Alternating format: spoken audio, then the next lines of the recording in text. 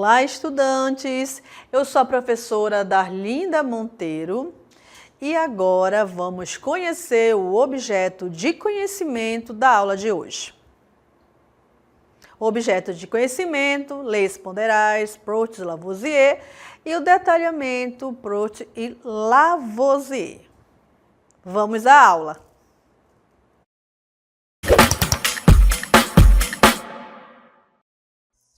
Olha onde eu tô, direto do túnel do tempo. Eu tô num lugar, ó, muito antigo, né? Eu estou no laboratório.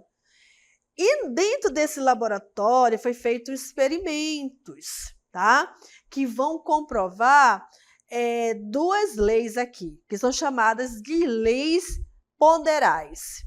E comigo eu tenho também um convidado que é responsável por essa frase. Lavoisier, aqui do meu lado. Lavoisier, ele é conhecido, né, por essa famosa frase, onde ele diz que na natureza nada se cria, nada se perde, tudo se transforma.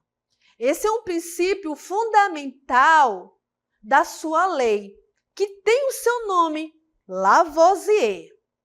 E é um dos pilares da química. Isso significa que a quantidade total de matéria em um sistema fechado permanece constante, mesmo quando ela sofre transformações físicas ou químicas. Isso é muito importante, tá? E isso faz parte do conteúdo da nossa aula de hoje, que são as leis ponderais. E agora, nós vamos, sabe para onde? Para uma cozinha. Vamos lá? Eu estou aqui numa cozinha e eu vou querer falar, sabe de quê? Do bolo. Mas eu trago essas duas questões para vocês pensarem aí do outro lado. O que acontece quando fazemos um bolo? Será que toda a massa dos ingredientes vai para o produto final? Essa é a minha pergunta. Vocês devem estar cheios de dúvida. Não sei, professora, nunca parei para pensar, nunca imaginei que um bolo estaria numa aula de química, que a senhora estaria numa cozinha. Eu estou toda aqui enrolada, não sei. Então, gente, a lei de Lavoisier, ela confirma que, embora a aparência e o volume mudem durante o processo de fazer um bolo, a massa total permanece constante. Olha que interessante. Quando a gente vai preparar um bolo, a gente precisa dos ovos, do leite, do trigo e após essa transformação no forno, que ocorre uma transformação química, a gente vê que o volume aumentou, há um cheiro, né, há uma textura, mas a massa que foi utilizada para preparar aquele bolo permanece constante. Algumas substâncias elas vão se transformar em gases, como o vapor de água, o dióxido, que pode ser de carbono, que é liberado pelo fermento, que é a substância responsável em aumentar o volume, né, da massa. Mas a massa inicial dos ingredientes, somando a essas substâncias liberadas, é a mesma. E que é a massa do produto final. Se consideramos todo o sistema, tem que considerar todo o sistema. O que a gente pode perceber? Que a matéria, ela não é destruída, ela não é criada, ela é apenas transformada. E isso é a lei de Lavoisier. E agora vamos ao conceito dela. A lei de Lavoisier é também conhecida como conservação da massa. De acordo com Lavoisier, se uma reação química for realizada em um sistema fechado,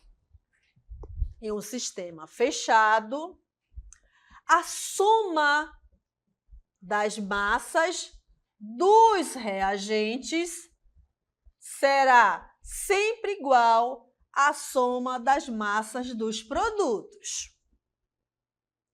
Veja a generalização da lei de Lavoisier. A soma das massas dos reagentes é igual à soma das massas dos produtos, ok? Isso sendo um sistema fechado. Em uma reação química, a massa dos reagentes é igual à massa dos produtos. Exemplo, quando a gente queima a madeira, essa madeira ela vai se transformar em cinzas, libera gás carbônico e vapor de água. Mas a soma dessas massas permanece a mesma. Houve uma transformação, né? Mas o produto final continuou com a mesma massa. Em termos matemáticos, podemos expressar essa lei da seguinte forma. Olha aí, massa dos produtos é igual à massa dos reagentes. Então, nós temos aí uma imagem, né, uma ilustração, mais um exemplo, né, da confirmação dessa lei de Lavoisier. O que a gente pode pensar, né, nessa ilustração aí? Ó? Nós estamos tendo uma reação química, né? Os átomos dos reagentes, o que acontece aí quando o cloreto de cálcio reage com sulfato de sódio, né? O que vai acontecer? Vai ter aí um rearranjo para formar novas substâncias. Tá? Muitas dessas substâncias que estão presentes na composição, elas vão quebrar as suas ligações. A gente fala quebrar para ser uma coisa simples, mas não é, né? Então, é uma quebra dessas ligações ou um rearranjo desses átomos e formam novas substâncias. Apesar dessa reorganização, a gente observa ali, ó, que a massa total dos reagentes é igual à massa total dos produtos, né? A gente percebe que a reação está acontecendo do outro lado ali, ó, né? Com a formação de gases ali. Então, apesar disso, a massa ela continua sendo a mesma. Vocês estão percebendo aí na balança, né? Então, a massa antes e depois da reação é a mesma, mostrando que a formação de novas substâncias ocorre com a mesma quantidade de átomos ou reagentes, ok? Voltando aqui para a minha cozinha, a gente agora vai assistir um experimento que também vai ilustrar, né, essa lei, a descrição dessa lei de Lavoisier, tá bom? Então, agora é um momento, né, da hora do experimento e após a hora do experimento, vocês vão ver uma animação onde mostra aí a lei de Lavoisier novamente. Vamos lá? Hora do experimento!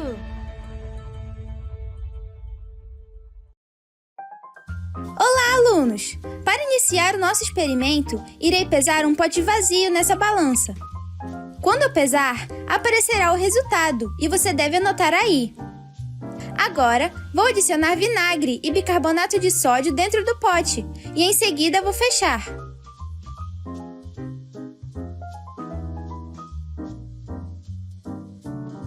Agora vou pesar novamente.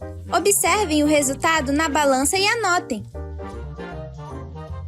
Observe que a massa inicial é igual à massa final. A massa total do sistema não mudou, mesmo que tenha ocorrido uma ocorrência química e liberação de gás carbônico. Isso comprova a lei de Lavoisier.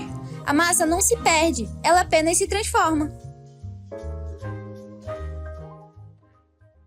Legal, né? Mostrou novamente que a massa dos reagentes vai ser igual à massa dos produtos, porque numa reação pode ocorrer a transformação, mas não ocorre perda nem ganho. Tudo bem? E agora vamos aplicar essa lei? Em um experimento químico, um cientista observou a reação de combustão completa de uma amostra de propano, que é um gás, na presença de oxigênio. E observe que a reação está aí, né? Olha, aqui temos a representação dessa reação. De acordo com a lei de Lavoisier, qual é a expectativa em relação à massa dos reagentes e dos produtos? E aí eu tenho várias alternativas, né? A primeira, a massa dos produtos será menor que a massa dos reagentes. A massa dos produtos será maior que a massa dos reagentes. A massa dos produtos será igual à massa dos reagentes. A massa dos produtos e dos reagentes não está relacionada. E letra A é a massa dos produtos depende da temperatura da reação. Será que a lei de Lavoisier fala isso? Aí nós temos a resposta é a letra C. A massa dos produtos será igual à massa dos reagentes. E temos o nosso comentário dessa questão, que diz que, de acordo com a lei de Lavoisier, a massa dos reagentes em uma reação química é igual à massa dos produtos formados. Portanto, espera-se que a massa dos produtos seja igual à massa dos reagentes na combustão completa do propano. E temos a aplicação 2. Quando um objeto de ferro enferruja ao ar, sua massa aumenta? Quando um palito de fósforo é aceso, sua massa diminui? Essas observações violam a lei da conservação das massas, que é a lei de Lavoisier, né? Justifique sua resposta. E aí nós temos, não, ela não vai contrariar a lei de Lavoisier. A massa do sistema ela foi conservada. Tá? Se a gente for pensar mesmo, né, a gente vai ver que a massa foi conservada do sistema.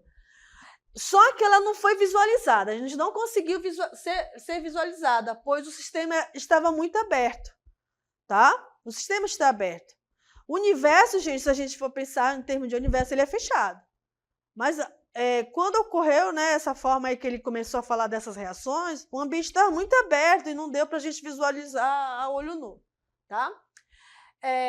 Pois o sistema é aberto e para que a lei de Lavoisier seja visualizado melhor, né, é necessário que o sistema fosse fechado. Né? E aí, num ambiente menor, né, onde a gente, no laboratório, é bem melhor visualizar, né, essa condição da lei de Lavoisier. Tá bom, meus queridos? E agora a gente vai conhecer a lei de Proust, que é a lei das proporções definidas, tá? E agora eu vou ainda continuar falando, por exemplo, dos ingredientes para preparar esse bolo, que envolve essa lei aí. Vamos lá? Observe aí comigo, né? Nós temos a farinha, né? Quando a gente quer preparar um bolo, a gente precisa da farinha, do açúcar, dos ovos, do leite e do fermento. Esses são os ingredientes, né, que a gente utiliza para preparar um bolo. Então, se você adicionar mais farinha, também precisará adicionar mais açúcar, o leite, para que o bolo tenha a mesma consistência e sabor, né? Tanto que eu trago aqui uma receita para vocês, né? Olha aí, eu quero fazer um bolo com essas quantidades, tá? Então, 200 gramas de farinha, mas se eu usasse, por exemplo, 400 gramas de farinha, eu também deveria usar 100 gramas, né? Aumentar cada uma. Então, Dizemos que, por exemplo, que a receita, ela peça 200 gramas de farinha.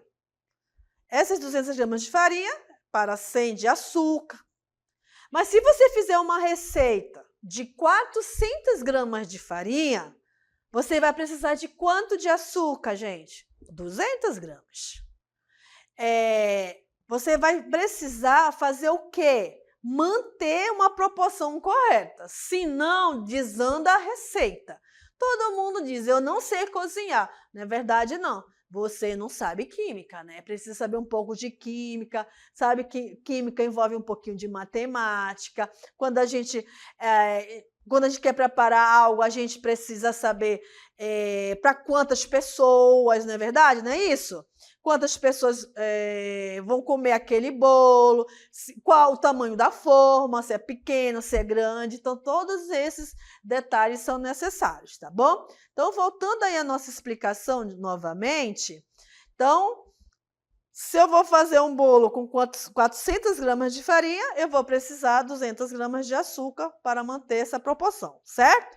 Ou seja, uma proporção entre a farinha e o açúcar sempre será fixa e constante.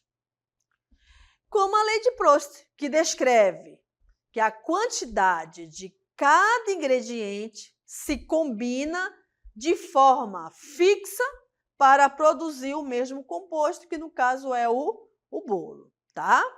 Então, nós temos aqui já o bolo no processo final. E a lei de Proust, ela nos ajuda a entender que em respostas químicas, os elementos, eles se combinam, olha aí, os elementos se combinam sempre nas mesmas proporções. Assim como uma receita do bolo, desse bolo aqui tão bonito que a gente já é o produto final, né, da combinação dos ingredientes.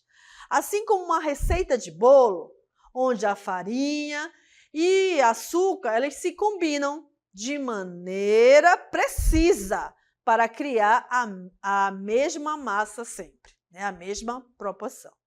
E agora, depois dessa contextualização, dessa dica aqui, né, na preparação de um bolo, que a gente achava que fazer um bolo é algo muito simples, às vezes não é tão simples assim, né? A gente precisa ter os ingredientes corretos, senão, o bolo desanda, não fica um bolo gostoso, tá bom? E assim vamos conhecer, né, o conceito da lei de Proust, que também é conhecido como proporções definidas.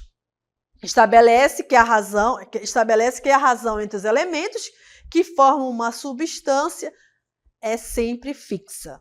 Então, estabelece que a razão entre os elementos que formam uma substância é sempre fixa. Ok? E aí a gente vai falar também de um outro ingrediente muito importante. Sem ele o bolo não vai ficar legal. Ou um pão também, né? Que é o fermento biológico, que é utilizado, né, na fabricação do bolo, até de um pão, né? Então nós temos aí, observe aí, temos pão, temos a farinha, temos a água, temos o fermento biológico e temos o açúcar, né? Esses são os ingredientes, né, para fazer um pão, certo? Então, um exemplo do nosso cotidiano, ele pode estar relacionado à lei das proporções definida, que é o processo da fabricação do fermento biológico, tá? Que é utilizado no preparo dos pães. Então, imagine que quando a gente quer preparar uma receita de pão, a gente precisa misturar esses ingredientes que vocês estão vendo na imagem, tá? Que é a farinha, a água, o fermento biológico e o açúcar, né? Independentemente de onde você compra esse fermento e de como ele é produzido, né? O fermento biológico sempre terá uma composição fixa de micro-organismos, que são geralmente fermentados. Açúcares e outros componentes, eles são combinados para realizar a fermentação, tá? Então, essa quantidade de açúcar que o fermento consome e a quantidade de óxido de carbono que ele vai liberar durante essa fermentação. Isso faz com que o pão, gente, cresça sempre em proporções independentemente da origem ou da marca do fermento. Então, esse exemplo aí, ele ilustra, né, a ideia central de que em um composto ou mistura, os componentes estão presentes em proporções fixas. É muito importante isso, hein? Olha aí, grave isso daí, tá bom? Agora, vamos à aplicação da lei de Proust. Então, eu trago aqui um exemplo para vocês, né? Quando o oxigênio e o hidrogênio se combinam para formar água, a proporção em massa entre oxigênio sempre será de 1:8. Ou seja, para cada 1 grama de hidrogênio, haverá 8 gramas de oxigênio. Não importa como a água foi produzida ou sua origem. Então, nós temos aqui, né, a representação da reação química de decomposição da água, formando gás hidrogênio e oxigênio. E a gente observa aqui também, né, que eu tenho uma variação na massa da água, olha aí. Mas olha aqui, a proporção é a mesma, ok? Vamos a outra aplicação. Sabe-se que 28 gramas de nitrogênio reage completamente com 6 gramas de hidrogênio, formando amônia.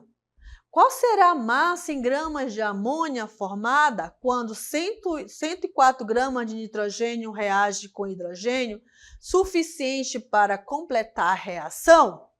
Aqui, nesse caso, né, a gente vai utilizar a lei de Lavoisier, não é de Proust. Então, sabendo que a massa dos produtos é igual à soma das massas dos reagentes, nós temos aqui, ó, 34 gramas, tá? Então, a gente precisa conhecer aí a quantidade de amônia formada e, a partir daí, observem comigo que a gente vai resolver essa questão utilizando, né, fazendo um resgate novamente de regra de 3 simples, né? Então, 28 gramas de nitrogênio, eu tenho 34 de amônia. E se eu tiver 140 gramas de nitrogênio, qual vai ser a quantidade de amônia? Olha aí, 170 gramas. Aplicação 2. 46 gramas de sódio reagem com 32 gramas de oxigênio, formando o peróxido de sódio. Quantas gramas de sódio serão necessários para obter 150 gramas de peróxido de sódio? Tenho várias alternativas. Eu já sei que eu vou ter que usar a regra de 3 simples, né? A alternativa correta é a letra E, 92, e aqui eu tenho a resolução, né, dessa questão. Então, ali eu tenho o sódio mais o oxigênio. O sódio tem 46 gramas, o oxigênio 32 gramas. E qual é a massa do peróxido de sódio? É só eu somar, ó, 46 mais 32, eu vou ter a massa aqui dos produtos 78. Aí, fazemos a regra de 3, segundo a lei de Proust, a proporção das massas deve ser mantida constante. Então, em 46 gramas, eu tenho 78 gramas de peróxido de sódio. Qual é a quantidade de sódio que eu vou ter se eu tiver agora 150 gramas de peróxido de sódio? Então, eu vou ter, ó, 92 gramas de sódio em 156 gramas de peróxido de sódio. Na aplicação 3, né? Com base na lei das proporções definidas, proposta pelo cientista John Proust, Qual das afirmações a seguir está correta? Temos várias afirmações, né? A primeira diz que a composição percentual de uma substância varia dependendo da fonte do processo de preparação. Os elementos de um composto químico se combinam, sempre em proporções fixas em massa. Letra C. A massa total dos reagentes é igual à massa dos produtos em uma ocorrência química. Isso já está eliminado, hein? Todos os compostos têm uma composição variável dependendo das condições de ocorrência. Também está eliminado. A quantidade de cada elemento em um composto químico é determinada apenas pela temperatura e pressão da ocorrência. Também está eliminada. Então, a resposta correta é a letra B. Os elementos de um composto químico se combinam sempre em proporções fixas em massa. E aí nós temos um comentário dessa questão, que a lei das proporções definidas, formulada, né, pelo químico John Proust, afirma que qualquer substância pura, aí ele dá um exemplo aqui, o cloreto de sódio, sempre terá a mesma composição percentual de seus elementos constituintes, independentemente de como ou onde tenha sido produzida. Temos a outra aplicação, que é a aplicação 4. Quando o composto NaCl, conhecido como, na química, cloreto de sódio, mas no cotidiano, sal de cozinha, é preparado.